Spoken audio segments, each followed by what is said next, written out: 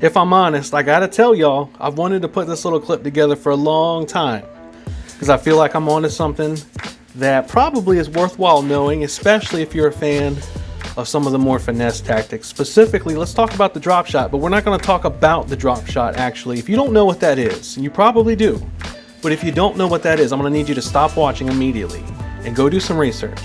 Once you get some research, come on back. Matter of fact, I'll stop and I'll let you go check that out and then come back when you're ready.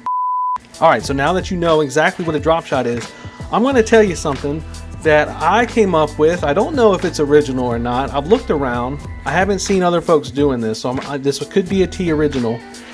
So pretty much, if you're watching this, you're coming across a pretty good secret that not a lot of folks know about. So what we're going to do, let's do a little backstory. So chances are you know what a Carolina rig is, and I've got like a little pre-rig setup that I've used for several years at this point, where we've got a big old brass sinker, we've got a red glass bead, and the whole thing with the Carolina rig is if you work it along the bottom, you get some sound going, right? You get that weight, and it's clacking against the bead. So I was thinking, you know, that whole sound thing with all the stuff clicking, that's a pretty important component with all this. But I also like the drop shots because, you know, you can throw some stuff, a little lighter stuff. If you want to work the finesse stuff, you can, you know what I mean? Like you can do something like this. It's a pretty kind of straightforward setup. The thing that I found to be concerning was the fact that I was finding myself really only getting bites when I felt like I dropped it right in front of their face. So what I did, I put together a couple different setups, and then I finally came across what I consider to be the simplest modification to a drop shot rig to help get you more bites by using the whole sound component that I found to be helpful when doing the whole Carolina rig. And here it is. Here's what we're going to do, and I've got a name for it. Check it out. The Clickshot. In here I've got stainless steel jewelry beads and small bullet weight. So I've taken some out specifically. Here's what we got going on. So what I do is I'll use a small bullet weight. I don't even know what size these are as far as the weight's concerned, but something small.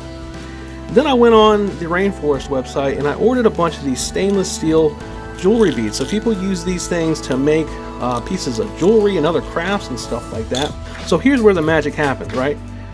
Now normally, as you know, with the drop shot, you've got the main line tied to the top of the hook, for example, and then underneath the hook it goes down a little bit length of line, so pretty much like a leader, so to speak, to a weight, and then that's what you cast out. You've got the weight on the bottom, and then you've got the lure itself suspended off the bottom, and it's doing its thing up here, and that's where you get your bites.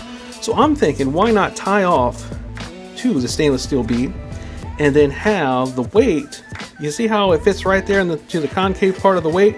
So what's going on is, as you're jigging it through the water, the weight comes away from the bead, and then as you pull it up, the bead slides back into the weight and makes a click noise. Kind of like the whole thing with the Carolina rig, as it clicks from the weight on the bead as you're working it through the water. So it's the exact same idea. So pretty much the weight is sliding up and down freely, it clicks off of the bead, and then boom. All right, so now I've got what is basically, so I've got a 4-pound test piece of monofilament.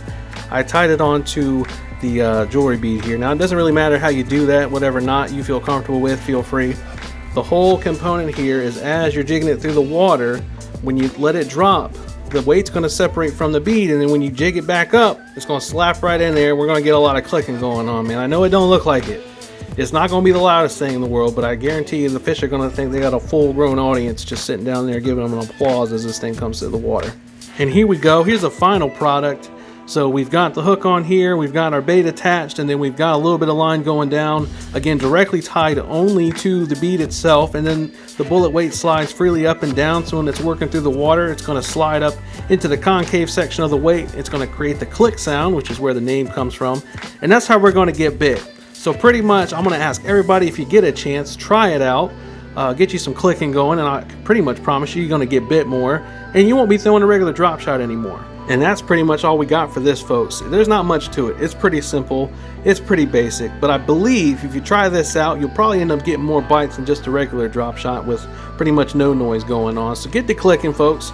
I appreciate you clicking on this video. If you get a chance, let me know what you think. Drop a comment. If not, that's fine too. Either way, pretty much if you're not running the Clickshot in 2020, we can't be friends. So keep that in mind.